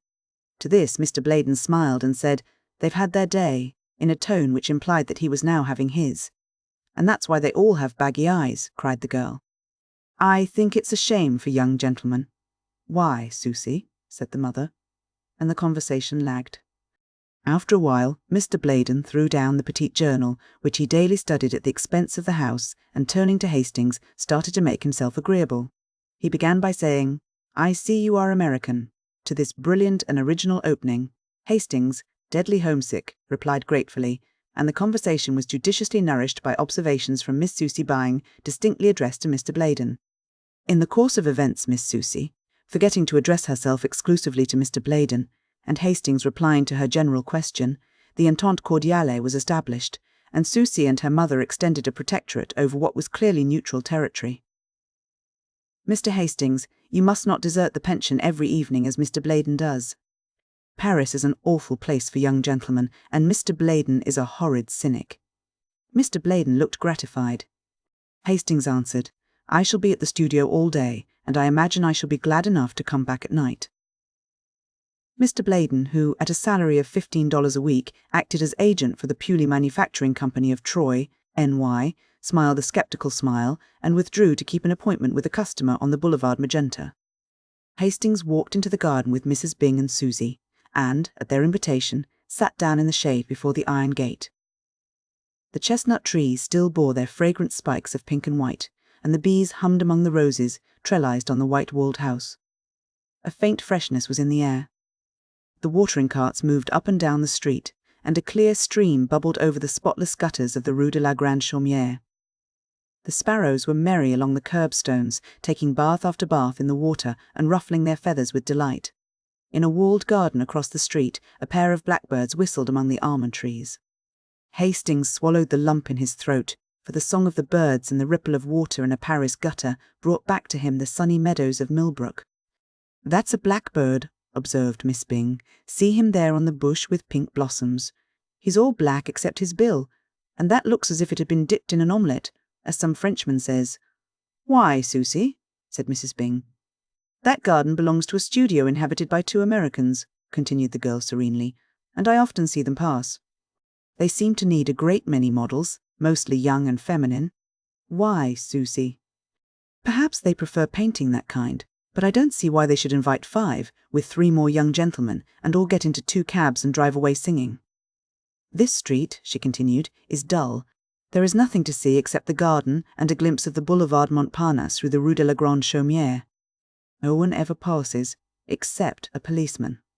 There is a convent on the corner." "I thought it was a Jesuit college," began Hastings, but was at once overwhelmed with a Baedeker description of the place, ending with, "On one side stand the palatial hotels of Jean-Paul Laurens and Guillaume Bouguereau, and opposite, in the little passage Stanislas, Carolus Duran paints the masterpieces which charm the world." The blackbird burst into a ripple of golden throaty notes, and from some distant green spot in the city, an unknown wild bird answered with a frenzy of liquid trills until the sparrows paused in their ablutions to look up with restless chirps. Then a butterfly came and sat on a cluster of heliotrope, and waved his crimson-banded wings in the hot sunshine. Hastings knew him for a friend, and before his eyes there came a vision of tall mulleins and scented milkweed alive with painted wings, a vision of a white house and woodbine, covered piazza, a glimpse of a man reading and a woman leaning over the pansy bed, and his heart was full. He was startled a moment later by Miss Byng. "I believe you are homesick," Hastings blushed. Miss Byng looked at him with a sympathetic sigh and continued, "Whenever I felt homesick at first, I used to go with Mama and walk in the Luxembourg Gardens. I don't know why it is, but those old-fashioned gardens seem to bring me nearer home than anything in this artificial city." "But they are full of marble statues," said Mrs. Byng mildly. "I don't see the resemblance myself." "Where is the Luxembourg?" inquired Hastings after a silence. "Come with me to the gate," said Miss Byng. He rose and followed her, and she pointed out the Rue Vavin at the foot of the street. "You pass by the convent to the right," she smiled, and Hastings went. Aye. The Luxembourg was a blaze of flowers. He walked slowly through the long avenues of trees, past mossy marbles and old-time columns, and threading the grove by the bronze lion, came upon the tree-crowned terrace above the fountain. Below lay the basin shining in the sunlight.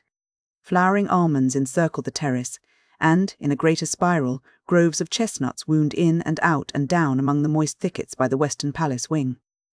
At one end of the avenue of trees the observatory rose, its white domes piled up like an eastern mosque. At the other end stood the heavy palace, with every window pane ablaze in the fierce sun of June. Around the fountain, children and white-capped nurses armed with bamboo poles were pushing toy boats, whose sails hung limp in the sunshine. A dark policeman, wearing red epaulettes and a dress sword, watched them for a while, and then went away to remonstrate with a young man who had unchained his dog. The dog was pleasantly occupied in rubbing grass and dirt into his back, while his legs waved into the air. The policeman pointed at the dog. He was speechless with indignation. "Well, Captain?" smiled the young fellow. "Well, Monsieur Student," growled the policeman, "what do you come and complain to me for?" "If you don't chain him, I'll take him," shouted the policeman.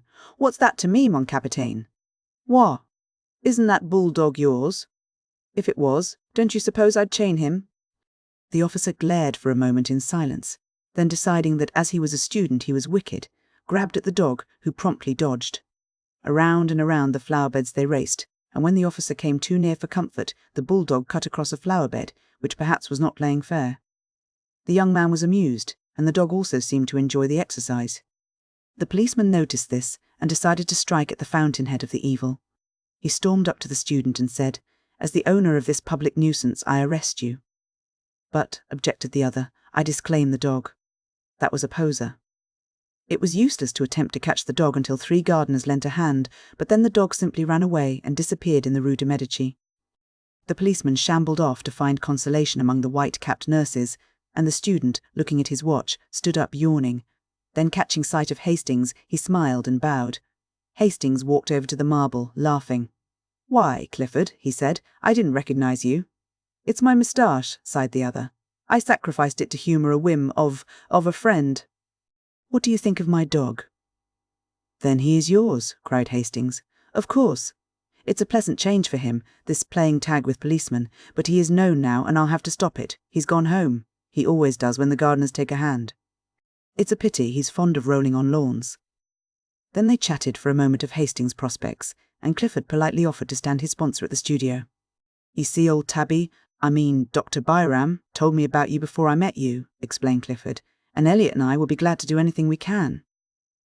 Then looking at his watch again, he muttered, "I have just 10 minutes to catch the Versailles train, au revoir," and started to go, but catching sight of a girl advancing by the fountain, took off his hat with a confused smile. "Why are you not at Versailles?" she said, with an almost imperceptible acknowledgement of Hastings' presence. I'm going," murmured Clifford. For a moment they faced each other, and then Clifford, very red, stammered, "With your permission, I have the honour of presenting to you my friend, Monsieur Hastings." Hastings bowed low.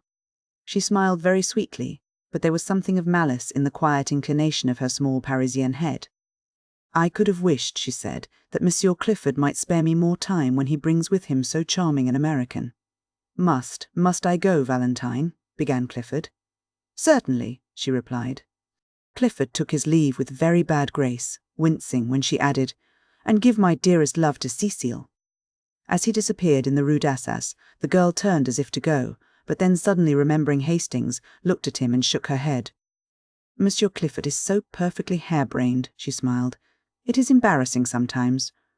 You have heard, of course, all about his success at the Salon." He looked puzzled, and she noticed it.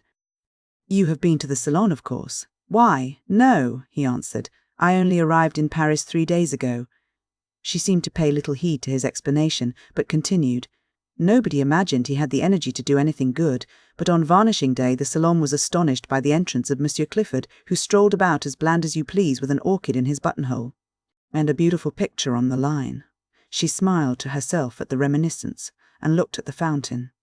Monsieur Bouguereau told me that Monsieur Julien was so astonished that he only shook hands with Monsieur Clifford in a dazed manner, and actually forgot to pat him on the back. Fancy, she continued with much merriment, fancy! Papa Julien forgetting to pat one on the back. Hastings, wondering at her acquaintance with the great Bouguereau, looked at her with respect. May I ask, he said diffidently, whether you are a pupil of Bouguereau? I, she said in some surprise. Then she looked at him curiously. Was he permitting himself the liberty of joking on such short acquaintance? His pleasant, serious face questioned hers. Teens, she thought, what a droll man. You surely study art, he said. She leaned back on the crooked stick of her parasol and looked at him. Why do you think so? Because you speak as if you did. You are making fun of me, she said, and it is not good taste. She stopped, confused, as he coloured to the roots of his hair. How long have you been in Paris? She said at length. 3 days, he replied gravely. But, surely you are not a nouveau. You speak French too well. Then after a pause, really are you a nouveau? I am, he said. She sat down on the marble bench lately occupied by Clifford and tilting her parasol over her small head looked at him. I don't believe it. He felt the compliment, and for a moment hesitated to declare himself one of the despised. Then, mustering up his courage, he told her how new and green he was, and all with a frankness which made her blue eyes open very wide and her lips part in the sweetest of smiles. You have never seen a studio? Never. Nor a model? No. How funny, she said solemnly. Then they both laughed. And you, he said, have seen studios? Hundreds. And models, millions. And you know Bouguereau? Yes, and Henner, and Constant, and Laurens, and Puvis de Chavannes, and Dagnan, and Courtois, and all the rest of them. And yet you say you are not an artist. Pardon, she said gravely, did I say I was not? Won't you tell me? He hesitated. At first she looked at him, shaking her head and smiling. Then of a sudden her eyes fell, and she began tracing figures with her parasol in the gravel at her feet. Hastings had taken a place on the seat, and now, with his elbows on his knees, sat watching the spray drifting above the fountain jet. A small boy, dressed as a sailor, stood poking his yacht and crying, I won't go home! I won't go home! His nurse raised her hands to heaven. Just like a little American boy, thought Hastings, and a pang of homesickness shot through him. Presently the nurse captured the boat, and the small boy stood at bay. Monsieur René, when you decide to come here you may have your boat. The boy backed away scowling. Give me my boat, I say, he cried, and don't call me René, for my name's Randall, and you know it. Hello, said Hastings. Randall? That's English. I am American, announced the boy in perfectly good English, turning to look at Hastings, and she's such a fool she calls me René because Mama calls me Rennie. Here he dodged the exasperated nurse and took up his station behind Hastings, who laughed, and catching him around the waist lifted him into his lap. One of my countrymen, he said to the girl beside him. He smiled while he spoke, but there was a queer feeling in his throat. Don't you see the stars and stripes on my yacht? Demanded Randall. Sure enough, the American colours hung limply under the nurse's arm. Oh, cried the girl, he is charming, and impulsively stooped to kiss him, but the infant Randall wriggled out of Hastings' arms, and his nurse pounced upon him with an angry glance at the girl. She reddened and then bit her lips as the nurse, with eyes still fixed on her, dragged the child away and ostentatiously wiped his lips with her handkerchief. Then she stole a look at Hastings and bit her lip again. What an ill-tempered woman, he said. In America, most nurses are flattered when people kiss their children. For an instant she tipped the parasol to hide her face, then closed it with a snap and looked at him defiantly. Do you think it's strange that she objected? Why not? He said in surprise. Again she looked at him with quick, searching eyes. His eyes were clear and bright, and he smiled back, repeating, Why not? You are droll, she murmured, bending her head. Why? But she made no answer, and sat silent, tracing curves and circles in the dust with her parasol. After a while he said, I am glad to see that young people have so much liberty here. I understood that the French were not at all like us. You know, in America, or at least where I live in Millbrook, girls have every liberty, go out alone and receive their friends alone, and I was afraid I should miss it here. But I see how it is now, and I am glad I was mistaken. She raised her eyes to his and kept them there. He continued pleasantly. Since I have sat here, I have seen a lot of pretty girls walking alone on the terrace there, and then you are alone too. Tell me, for I do not know French customs, do you have the liberty of going to the theatre without a chaperone? For a long time she studied his face, and then with a trembling smile said, Why do you ask me? Because you must know, of course, he said gaily. Yes, she replied indifferently, I know. He waited for an answer, but getting none, decided that perhaps she had misunderstood him. I hope you don't think I mean to presume on our short acquaintance, he began. In fact, it is very odd, but I don't know your name. When Mr. Clifford presented me, he only mentioned mine. Is that the custom in France? It is the custom in the Latin Quarter, she said with a queer light in her eyes. Then suddenly she began talking almost feverishly. You must know, Monsieur Hastings, that we are all un peu sans gêne here in the Latin Quarter. We are very bohemian, and etiquette and ceremony are out of place. It was for that Monsieur Clifford presented you to me with small ceremony, and left us together with less, only for that. And I am his friend, and I have many friends in the Latin Quarter, and we all know each other very well, and I am not studying art, but— But what? He said, bewildered. I shall not tell you. It is a secret, she said with an uncertain smile. On both cheeks a pink spot was burning, and her eyes were very bright. Then in a moment her face fell. Do you know Monsieur Clifford very intimately? Not very. After a while she turned to him, grave and a little pale. My name is Valentine, Valentine Tissot. Might I ask a service of you on such very short acquaintance? Oh, he cried, I should be honoured. It is only this, she said gently. It is not much. Promise me not to speak to Mr. Clifford about me. Promise me that you will speak to no one about me. I promise, he said, greatly puzzled. She laughed nervously. I wish to remain a mystery. It is a caprice. But, he began, I had hoped that you might give Mr. Clifford permission to bring me, to present me at your house. My house, she repeated. I mean, where you live, in fact, to present me to your family. The change in the girl's face shocked him. I beg your pardon, he cried. I have hurt you. And as quick as a flash she understood him because she was a woman. My parents are dead, she said. Presently he began again very gently. Would it displease you if I beg you to receive me? It is the custom. I cannot, she answered. Then glancing up at him, I am sorry, I should like to, but believe me, I cannot. He bowed seriously and looked vaguely uneasy. It isn't because I don't wish to.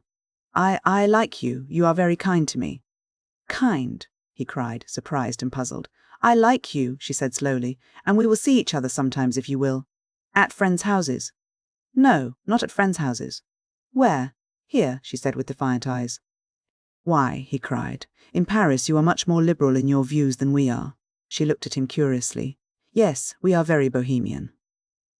I think it is charming, he declared. You see, we shall be in the best of society, she ventured timidly, with a pretty gesture toward the statues of the dead queens, ranged in stately ranks above the terrace. He looked at her, delighted, and she brightened at the success of her innocent little pleasantry. Indeed, she smiled, I shall be well chaperoned, because you see we are under the protection of the gods themselves. Look, there are Apollo, and Juno, and Venus on their pedestals, counting them on her small gloved fingers, and Ceres, Hercules, but I can't make out— Hastings turned to look up at the winged god under whose shadow they were seated. Why, it's love, he said.